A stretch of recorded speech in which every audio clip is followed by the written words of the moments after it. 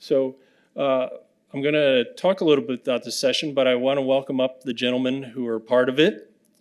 And first, I'd like to thank Anvil Brand for bringing this session to you. And the Farrier Conversation Series, what we picked for this year is America's Horse, Lessons from Farriers Working the Quarter Horse Congress. Starting in 1967, the Quarter Horse Congress has now grown from a 3-day event to become one of the largest single breed shows in the world, held over 3 weeks. And many farriers have worked the thousands of quarter horses over that 55 years since it started. In this session, just a few of the farriers will talk about their careers and working with quarter horses. Dwight Sanders of Keeneland, North Carolina, Harry Serio of Finksburg, Maryland, Terry Stever of Sulphur, Oklahoma, and Bobby Menker of Lexington, Kentucky will share their experiences. And Dave Farley, who has also been a fixture at the Congress years ago, will serve as moderator for this lively discussion. They'll share their thoughts on how the industry has changed, lessons they've learned from working with these horses and clients, and some of the memorable events and farriers from decades ago. Let's welcome these gentlemen to the International Hoof-Care Summit.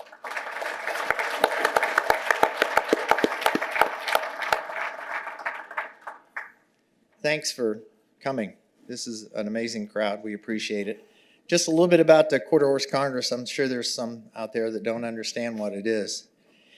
As Jeremy mentioned, 1967 was a long time ago. And that horse show has grown from a very meager, mild start to where we used to have to move in for weeks and months at a time from the meager start of just a few days.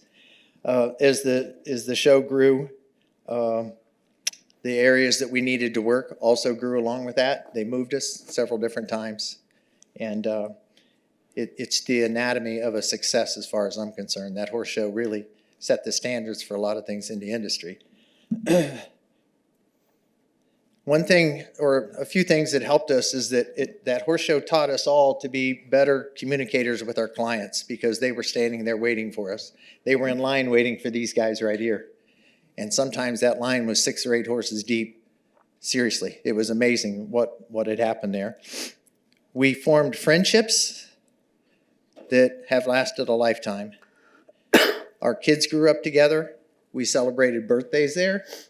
We celebrated a lot there. I'm not going to get into the history of it at all, but I'd like to ask each one of these guys to just introduce themselves, where they're from, and mention how many horses you shot at the Congress. Bobby, you start. I live in Lexington, Kentucky now. When I was working at the Congress, I lived in Findlay, Ohio. I started shoeing there in the late 80s. I was very lucky. If you look at it, the time period when I was shoeing there is at least 6 Hall of Fame members that I got to learn from. To me, the Congress was one of the best clinics I got to go to every year. And we shot more than a little bit of everything back then, because the reiners were big back then. And then we'd have the pleasure horses, the all-around horses, and then all the barrel horses and rope horses come in. So this whole crew here was very versatile. And I was just very lucky to be able to associate with them, and they tolerated me when I was young. So, How about you, Terry? Let's have a little of your history, buddy. Well, I first went to the Congress back in about 1971, I guess. I had been involved in the service and didn't get out of the service until 67. I'd always been involved in the quarter horses since I was a kid. My father and mother got into the quarter horse business in about 1954, 55, and so I was associated with a lot of horse people and show people throughout my younger career or younger age.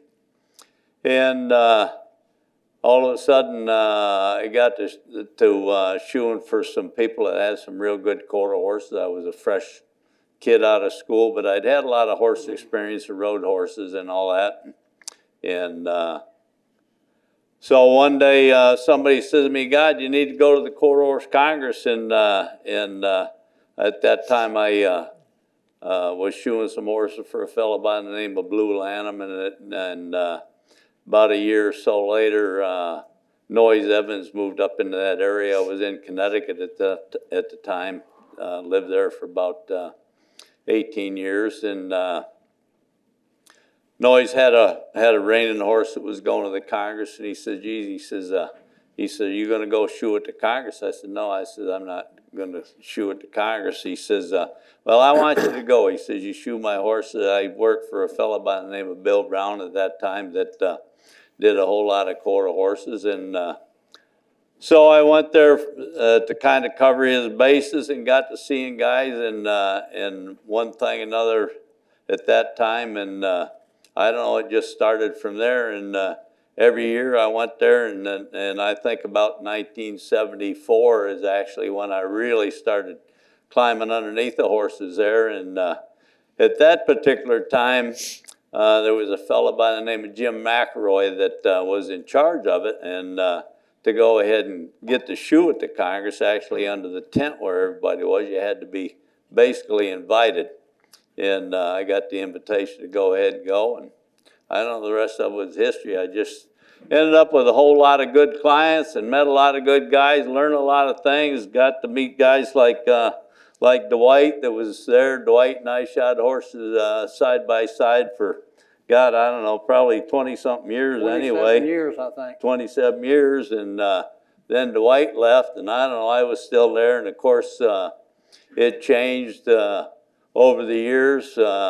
Back in those days, you had to pretty much shoe every kind of horse. Didn't matter if it was a halter horse or a reining horse or whatever. And you know, some of them we helped, and some of them I made a lot of mistakes. When you're a young person, you make a lot of mistakes. And I can remember one particular time when I'd probably been shoeing horses maybe 3 or 4 years, and was underneath the tent that night. Actually, it wasn't in the tent. We had a building with a stage, and this guy come in. It was raining and terrible, and there wasn't anybody in there. Everybody left. It was probably about 7:30 at night, and these people brought me over a horse, and it wasn't very good. And this girl was hanging on to it, and wanted me to trim it, and God, it was terrible crooked. And I looked at that, and I thought, boy, that thing's over my head. I says, maybe you need to wait until, no, I got to have it done now. I got to have it done now. Well, one of the things about the Congress, you'll learn that you might go ahead and get some real nice solid feet, but 90% of the horses that you shot in there weren't horses that came up there with beautiful feet on them. The majority of them were somebody else's problem, and they brought them to you hoping you'd fix the problem. Well, a lot of times you'd go ahead and be able to solve the problem. A lot of times it'd be like going ahead and reaching in the hat to get the rabbit, and you'd be lucky to get the ears. You couldn't get the ears. You was lucky to go ahead and get a hold of the hair on the end of it. And through that, you went ahead and learned a whole lot of tricks, and you got a whole lot of education. Or during the daytime or when the guys were around, hey, if I had a problem, I could go say something to Dwight, and Dwight would have some kind of solution, or Arnie Javazio, or this guy or that guy, and Dave or whatever, and put your heads together, and you could usually come up with a pretty good solution, and somebody else might have seen that problem before. So it was a team effort in a lot of ways.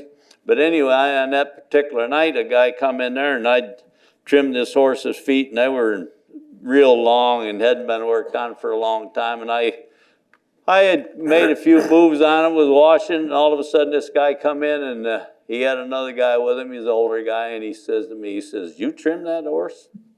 I said, "Well, I'm working on it right now." "God," he says, "that's the worst job I ever seen in my life." I said to him, I says, "Well, show me what I'm doing wrong."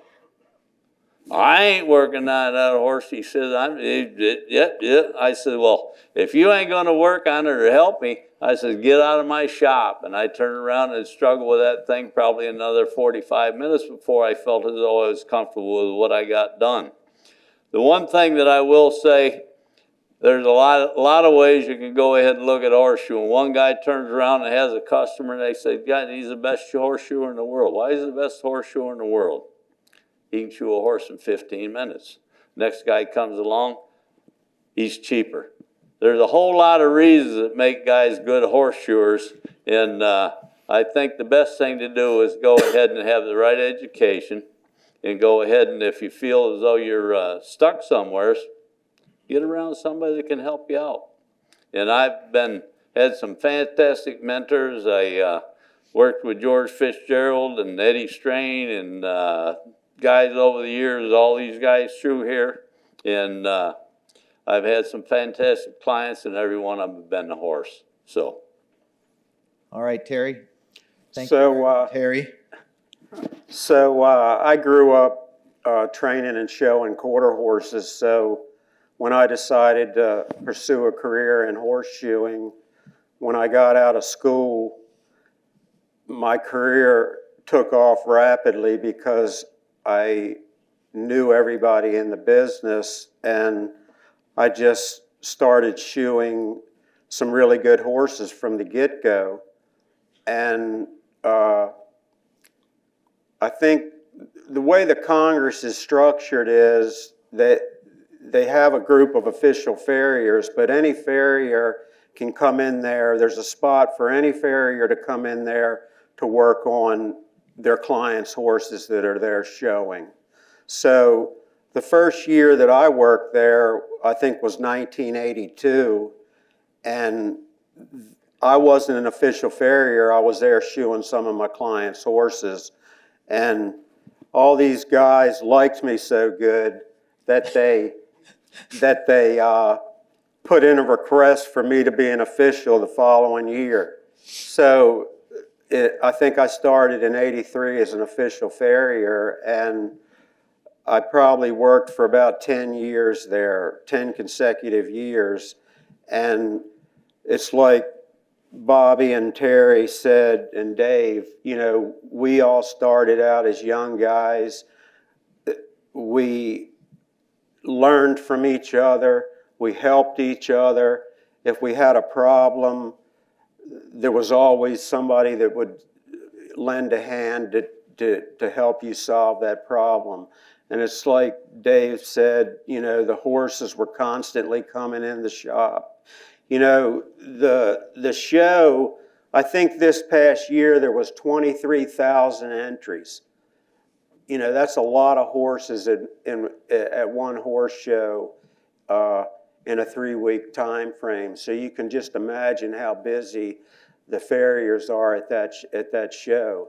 And the interesting thing about the work that we do at that show, you know, our clients, we have so many clients that are there showing that they actually would be at a loss if we weren't there shoeing. They actually, I mean, we're there to not only take care of random horses, but we're there to service our clients. And it's really phenomenal that I had the opportunity to work with these guys, because you know, they had a lot more experience than I did when I started there. And the things that I learned from them, it's like Bobby said, we had a 3-week clinic every year that was, you couldn't even put a price on it. And I can remember, you know, there's bits and pieces that I can remember from that long ago that have always stuck with me. Like Terry told me, you know, 40 years ago that, you know, these horses, and it's getting back to the video that Mike showed in the beginning of the opening ceremony. You know, these horses have to put up with enough brutal stuff as equine athletes, and it's our job as farriers to put the best possible shoe job on these horses so they can do their job. And if we slight them in any kind of a way, that we're doing an injustice to these things. And I just, that's one of the main things that I want people to understand here today, that shoeing horses is not about how many you get done in a day. It's not about how much money you make at the end of the day. The true aspect of it all is that it's our job as professionals to make sure that we dot our I's and cross our T's with every horse that we get under, and that we're not only doing the best to our ability, that we're satisfying the clients as well. And both of those aspects, if you can achieve that, you're on the right road to success. Thanks, Harry. Dwight? Well, it's been a long time. I shot for 61 years and just retired last year. And the way I got there was I was at the racetrack and I was shoeing reiners on the weekend for a couple of really good guys, Dick Peepers and Butch Gardell and them guys. And they were going to the Farriers at the Congress. And it was at that time, there was no sliding plates on the market and I could make them. And so they said, you need to come to the Congress, we're going to need you. So I went to the Congress, and at that time there was 37 horses in the reining fraternity. And I think about half of them had my shoes on. So it evolved from there, and I left the racetrack and I just started doing all reiners. And you know how it is today, you kind of specialize, so that's what I did. And it took me on a wonderful trip. I got paid to see the world. I did clinics all over, and I went to Europe and Austria and Japan, Spain with the Olympic team. So I really had a great career. It was really good for my family. And just went a couple weeks ago to Oklahoma to the Farriers again, which I worked for a long, long time, the Farriers and the Derby and the Super Stakes. Went to the Farriers, at this one, there was over 2,000 horses. So that's what it grew over the years. And I don't know what else to say. It's just, if you go to, and all I did was go to work and try to make my job easier and the horses better. And look where it got me. It got me sitting up here in this chair. So. The cool thing about the Congress is they've all said that the advantage that we had was seeing that many horses, but to be able to work with each other, we have truly slept with each other in a lot of different circumstances. We've drove a lot of miles together, and we've shared a lot of knowledge together, a lot. And Harry, I do want you to know the only reason we did let you in is because you had all those cute girls that won all them saddles.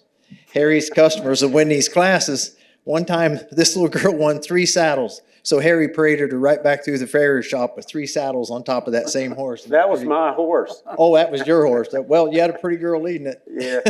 Hey, I'd like to add something.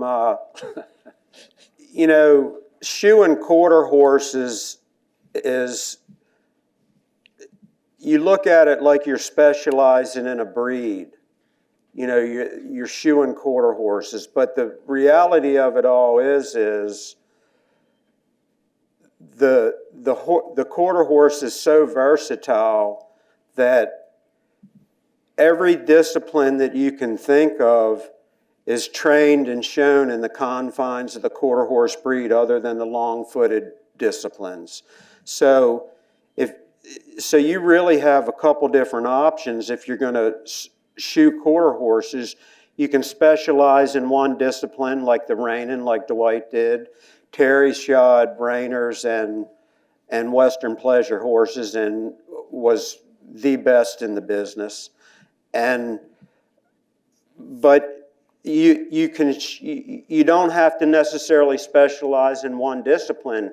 You can shoe all the disciplines, and what that does is it prepares you to go later on in your career, like Dave did. He got out of the quarter horses and he shoes hunter jumpers now. They have jumping classes and they have hunter classes in the quarter horses. They have all the cattle classes. They have, all the Western performance classes, the English performance classes. So you gotta, even though you're specializing in one breed, the knowledge that you have to shoe all the different disciplines, if that's what you choose to do, will prepare you to go on in any direction that you want to later on in your career. Yes, Dwight. One thing Harry brought to my mind, there was a class at it was called a Versatility. the horse had to come in and show in 4 classes. And everybody, a trainer would pick a guy, whoever was shoeing for him, Terry was shoeing for him. And the night of that class, that horse was allowed to come in the arena, and they would show it Western Pleasure, I believe, wasn't it? They showed barrels, they showed Raining. reiners, they showed Let's see. English, Barrels. English pleasure? But the way it worked was the we had to horses go in there came as in, horseshoers and change the shoes or The ho- put shoes on and all that. the horses came into the arena and they couldn't leave. We changed shoes. We changed, they would bring wagons in with all the gear after every class. In fact, front And there of would the- be a team of people that would Go with the help horse. change everything over. And then when it went from I think the reining was the 3rd class and then the barrels was the last class. And all us farriers, we all had a horse in it that was being shown that we serviced. So we had to be there with our pull-offs and take the shoes off, the slide plates so they wouldn't slip going around the barrels. And then we had to be there to put them back on so they didn't tear their feet up when they were walking back to the arena. It was just a really good time. I mean, we And you had a time limit. I mean, it was on the moving. It was on the move. It was like you go to the walking horse shows or to the Morgan shows or whatnot. George Fitzgerald, my friend George Fitzgerald, shod Madison Square Gardens for 30 years. When a horse lost a shoe or something in the ring, he had a certain amount of time. He had to go in there and get it on and get the show on the road again. And that's pretty much what that was all about. But it's like everybody said, it was fun. It was a good time. We all had a good camaraderie. The thing about the versatility was we all did have horses in there. Most of us had one because it was hard to do 2. yeah. And we prepared for this mentally and physically, shooting wise, drill and tap, do whatever we had to do. But when we came together in that ring that night, even though we were separate teams, we were with each other. We shared the ideas of how to shoe these things to make them happen. Bobby probably shod one, I don't know how many times it won. He ended up with a family horse out of it, didn't you, Bobby? The gray horse? Yeah, yes. Yeah, Yeah. a beautiful horse. And we rooted each other on and we helped each other through that. Dwight, what were you going to say? Back in those days, there wasn't as many, I don't know the right word, adequate farriers, so you had a horse show clientele. Yeah.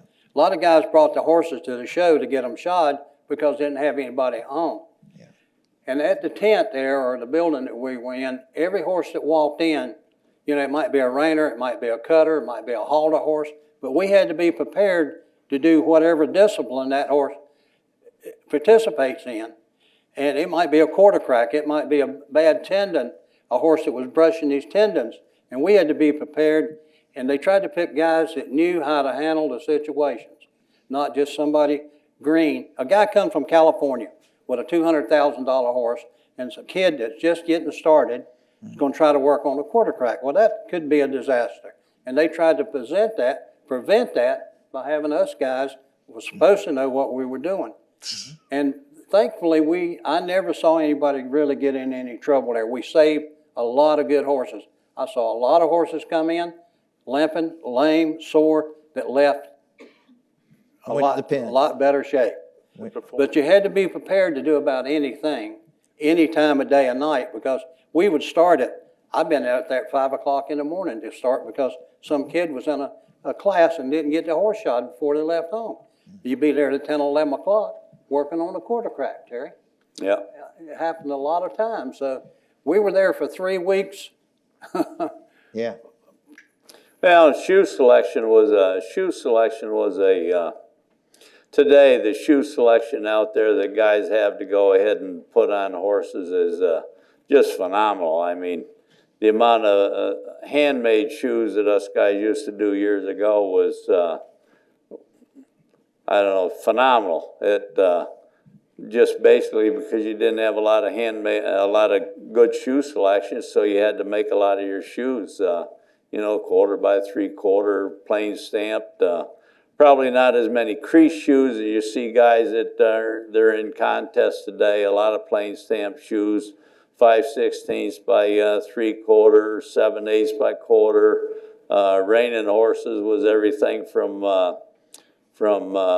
1-inch sliders to what a fellow by the name of Bobby Mack out of Long Island used to call a boilerplate. I mean, it pretty much had a little slit cut out of the back of it. The rest of it was pretty much a solid plate. But you saw everything and anything. When you go to a horse show, you're gonna get an education there that you won't get anywhere else in your regular route. It's kind of and the amount of people that you had to shoe in front of after a while, it'd get to where it was like on parade, you know. Horseshoers from every part of the country would come in to watch this and watch that, and some of them had some good things to offer, and some things guys got from you. It was just but the real thing that I got involved in, really, for the amount of years that I did, I had a fantastic clientele.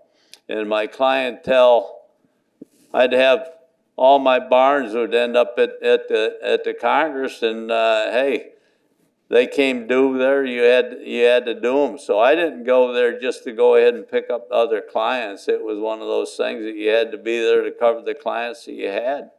You know, so it pretty much kept me busy all the while. I was very fortunate. Before this function and before a lot of other functions, there was so much going on there that people come there to learn. And some owners would bring their horseshoers. We would be working, we'd look around, we knew who the horseshoers were. They were studying us pretty hard. But like Dwight talked about the quarter horse that come in with a quarter crack, the boys that were shoeing that horse before were doing the best they could. That developed into a company that created urethane products to patch quarter cracks. We were hand making so many shoes from a lot of sliders, but a lot of plain front shoes too, that there were tools developed there. So that horse show developed clinicians, tool makers, the acrylics, the urethanes, the pad companies, just from being there and observing all that going on. Bobby, your sister still shows there, right? Yes. One of the things I learned a lot from being there was all the different fads through the years that I was there. When we first started going, reiners had very long hind toes. I mean, you're talking 4-inch toes behind. And then over the years, they found out, and like Terry said, Bobby Mack had this really wide plate he put on. Well, these horses could not perform their best with these kind of plates because they couldn't stand up in their circles. Everybody wants the stop to be the big thing, but they've got to get scores and other maneuvers of that event. And then some of the other things, as we've seen through the years, the squared toe front shoe was a fad that went through that shop for a while there. It did some really good stuff on some horses and then just kind of fell out of the way. And the pleasure horses, we went through the fad of they would cut them down to nothing. I mean, they were short. And a couple trainers had their shoers that they would have pads that they would stand in front of their shoeing area that they would stand on, because once they popped the shoes off, those poor horses are standing on the bottom of their soles. But the trainers at that time believed that made those horses move the best they possibly can. But that fad has gone too, because we've learned that the more comfortable they are, the better they'll get. And then the shoe development, like Terry said, we didn't have, when we first started, Dutchtown aluminum was the aluminum shoe on the market. And if anybody can remember them, they were just kind of a aluminum. A fellow by the name of Walt Copeland Yeah. out of Pennsylvania originally came up with them, although there was another fellow by the name of Bob Peacock that created the Lightfoot, and but they were punched terribly. You couldn't nail them on a horse's foot and get comfortable. If you used them, you had to re-punch them. Yep. So, well, I think what you have to do is, in a situation like we was in, there's so many different disciplines. You have to learn how that particular discipline earns their living. Yep. And physically, you have to learn, they all have obstacles, so we got to remove the obstacle that keeps them from doing their job. And once you learn how that horse earns his living, it's a lot easier to shoe him. And I know you guys are all here to learn, but there's one thing, and a lot of things that you see seem to be hard, but all things that are hard are not impossible. Keep trying. One of the things I learned from the very beginning, like I said, these guys tolerated me. But when I got in that shop, I learned to keep my mouth shut. and just watch. When Bobby first showed up at the Congress, he was a teenager. He was just a pup. He had a rope in his hands, and he was more interested in catching the girls than he was shoeing the horses. He was a pretty good roper. He caught some girls. He could rope a calf pretty good at that time. Hey, so I'm sure there's a lot of people out, a lot of shoers out in the audience that shoe reiners, and I don't know if anybody in the audience really realizes this, but Dwight, he talked earlier about, developing the slide plate and how so many of the horses in the reining futurity had his shoes on. But Dwight is the guy that pioneered shoeing the modern day reining horse. Before he came along, it was pretty much a disaster. The people were just grabbing at straws to try to figure out how to get a horse to stop comfortably and to add some distance to it. And I don't know how or why, but Dwight had all these ideas in his head, and I guess he put them down on paper, and then he made them a reality, and the whole industry changed. The training techniques started to develop and become better. The horses started to become better. The horses started to be able to slide longer. They started to be able to turn around better. It changed the whole industry from the research and development of this guy right here. Hear, hear. Yeah. What happened there was, I don't know if there's anyone old enough to remember when the Reining Horse Association first started. It actually started in our hometown of Coshocton, Ohio, but you could take a horse that wasn't good at pleasure and wasn't good at halter, and you could make a reining horse out of him. And the bigger you was and the harder you could jerk on his face and invert his back and make him slide, well, he was a reining horse. Dwight was able to convince these guys, let me put the right shoe on the horse. So they get out of this inversion. I think you would call it inversion in the back, and they start dropping their heads, correct? Yeah.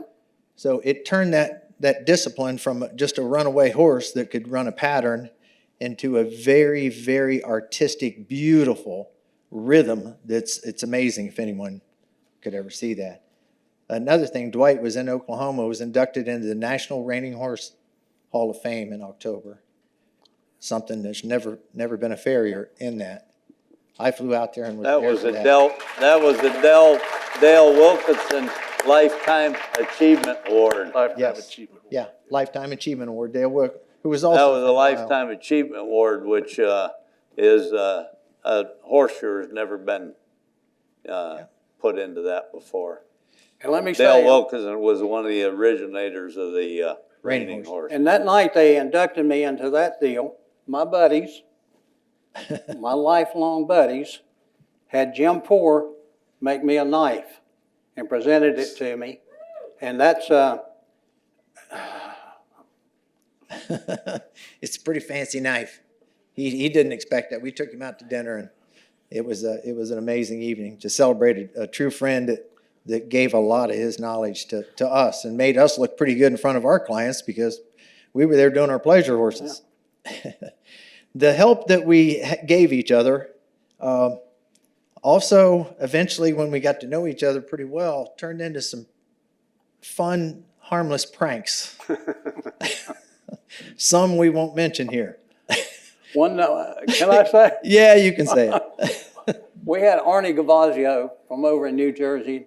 Lee Lyles was there with us at that time before he passed. And one morning, and we all had coal fires back then. There was no gas forges.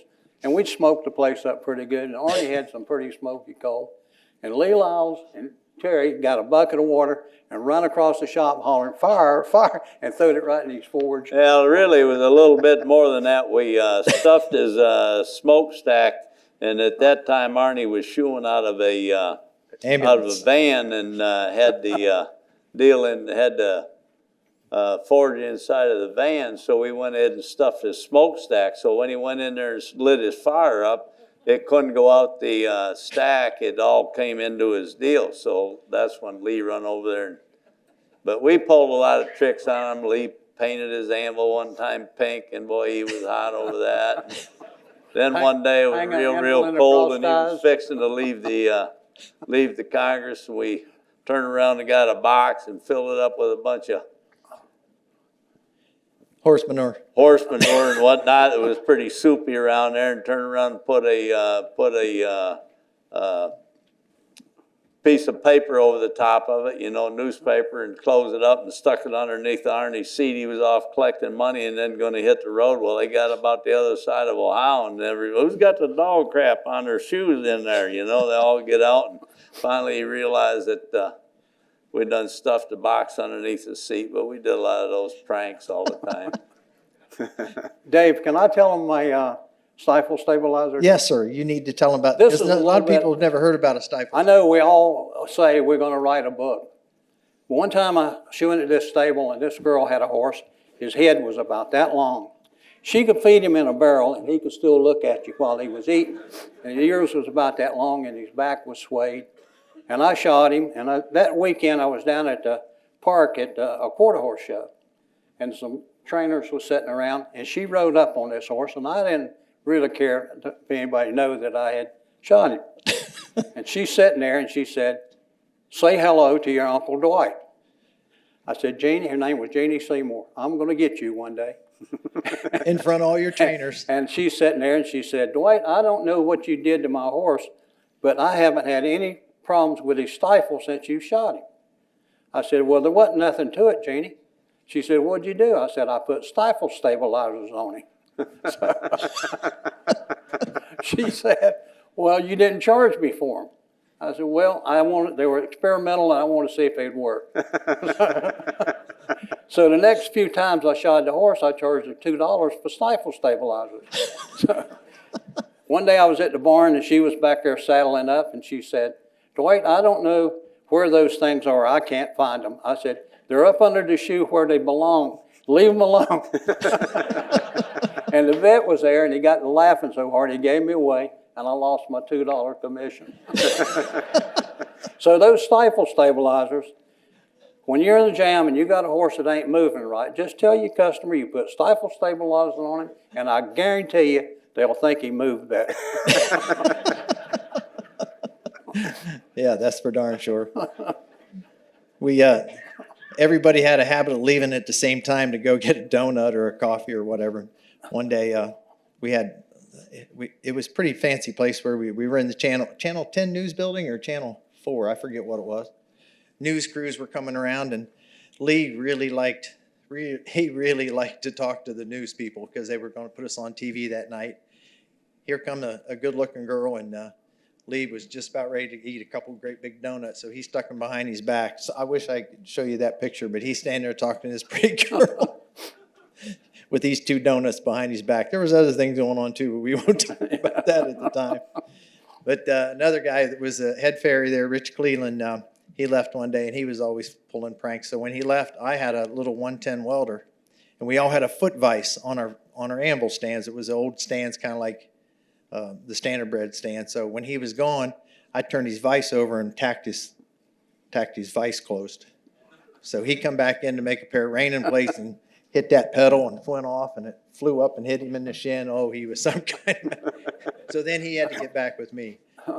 But is there any questions that we had from the audience? One question, Dave, is how do you get working at the Congress? How do you start? Okay, questions. How do we...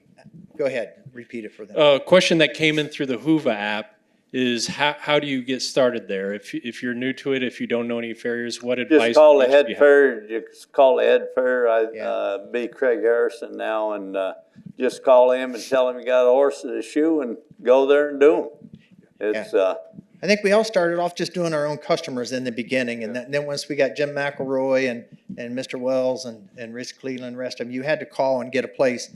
But we also went as far as we had annual pictures taken. We had hats made or jackets made every year. We were pretty proud of the position we had.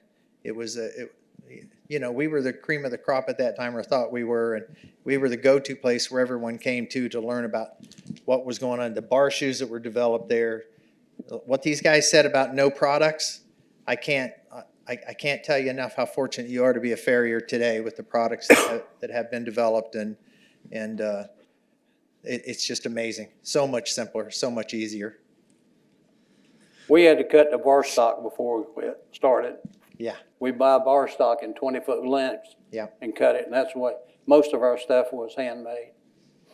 We altered our Hardy cuts for our heels. We learned to hand make the heels or hand forge the heels. Dwight developed a little tool that went into your Hardy hole that would square toes perfectly on 3 different sizes and widths and thicknesses of shoes that I think is still pretty cool today.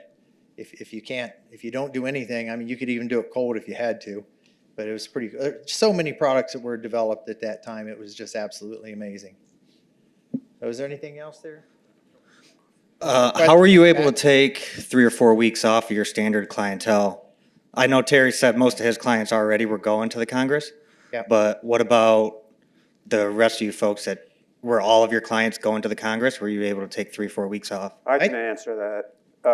Go ahead, Harry. Some of the, like, probably half of my clients would be there, but, you know, it was the fall of the year. You know, it's in October, so a lot of the summer season has come to an end, and, you know, you're not under the gun to get a bunch of horses shod that are going to different things because all that's over. So you got some breathing room to go out there for 3 weeks is pretty much what it amounts to. Well, along with that, when that originally started, it wasn't like it is now. It doesn't have the same amount of length to it. Since then, the reining fraternities moved to Oklahoma City. The pleasure fraternities that used to have 400 and 500 and 600 horses entries in it, now it's down to where that's not that big. They've got all these different divisions in all the events. So that all's changed. Now the horse shows are stretched out where it used to be. Those horse shows that start in the morning, they'd go half the night. But at the same time, I used to look at it to where a lot of guys that, myself, it seemed as though I was always covered up. But a lot of guys that come in there and they hang and they wouldn't have work, and I used to think to myself, guy, what are they hanging for? But really what they're hanging for is the same reason you guys are here. They had an opportunity to go ahead and watch guys work that they didn't have the opportunity to do at home. And so they picked up things. And at the same time went ahead and was able to go ahead and participate. And I think that had a lot to do with it. But like Harry said, it all depends on your clientele. If you got clientele that are demanding you be there, you don't have time to do that. You go in, you do your stuff, and you're gone. There was a lot of farriers that would just come in for 2 or 3 days and do their horses and leave also. That not that they weren't officials, but they were good horseshoers. They came in, did their work, and moved on. Yeah, And Dave lived close enough. I can remember he had clientele. I can remember leaving at lunchtime a couple of days, and we'd go take care of his customers and then come back. You just kind of work your schedule so it works out. And like Harry said, it was the fall of the year, it's end of the season, and everybody's going to the Congress. So nothing too many people left at home anyway. So Yeah. that's how it worked out. I drug Dwight home after the Congress one time to a big jumping horse barn. And I mean, we had some big jumpers in there, and I'd never appreciated Dwight's conformation quite so much because he got under this horse and he was standing straight up. I mean, he stood up, his horse, he was like this, and I thought his conformation is so good, I'm just going to have him sire my sons. The problem is I could stand up, but I couldn't get my legs wide enough for those big feet. That's all the questions there is? All right, thanks, everybody. We appreciate it. There you go. He has a question. Oh, one more question. How does the price structure work? Do you guys have a group consensus, or you price what you want? How does that all play? All over. Yeah, it was all It's over. all over. It always was. We always asked Terry what he was going to Yeah. charge.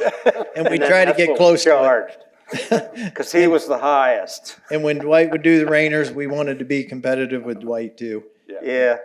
It was another thing that kind of set the standard and helped improve the shoeing, you know? Because if you came there and you got good at a craft, you deserved to have more money. So we encouraged each other. Yeah, Terry was always on the high end and had the longest line. I never did understand that, but I sure did appreciate it. I want to say one other thing, Yes. talking about price. When I started shoeing horses, you guys will not believe this, it was about 1960, we charged $8. Yep. We charged $8 to shoe a horse. Yeah. But if I shod 10 horses, I made $80. Yeah. And minimum wage at that time was $1.25. People worked 48 hours a week and brought home less than $50. And that's where my first truck, today the trucks are $75,000. My first truck cost $2,140 new. It was I'd like to unbelievable. go back to those days. As far as the price goes, every man should know what his own worth is. I think probably in my career, probably Seamus Brady and George Fitzgerald probably taught me more about what you're worth, and the biggest thing you got to think about is what you're going to be worth when you get to be my age. I'll be 80 years old this year. If I hadn't gone ahead and watched my money, and I think years ago I said something to Dave. He had some young kids running around the Congress and one thing and another, and I said, Dave, I said, you need to do one thing. And he says, what's that? I said, you need to start saving your money. And I think money management, it takes three things to go ahead and be a good businessman. You have to have people skills, you have to have the skills to go ahead and do your job, and at the same time you have to have money management skills. And if you've got all three of those, you'll go ahead and be a success. And you've got a choice, two choices in life. You can either set yourself up for success or you can set yourself up for failure. And every morning when you wake up, think about that. What am I going to do to set myself up with success today? And go ahead and go on with that simple thing, and 9 times out of 10 it'll work for you. It's not about your goals, it's about your plan. You got to have a plan to reach your goals, period. Harry always had a good plan, in fact. Yeah. Thank you. All right. Thanks, everybody. We Thank you. appreciate it. Thank you very much. Thank you.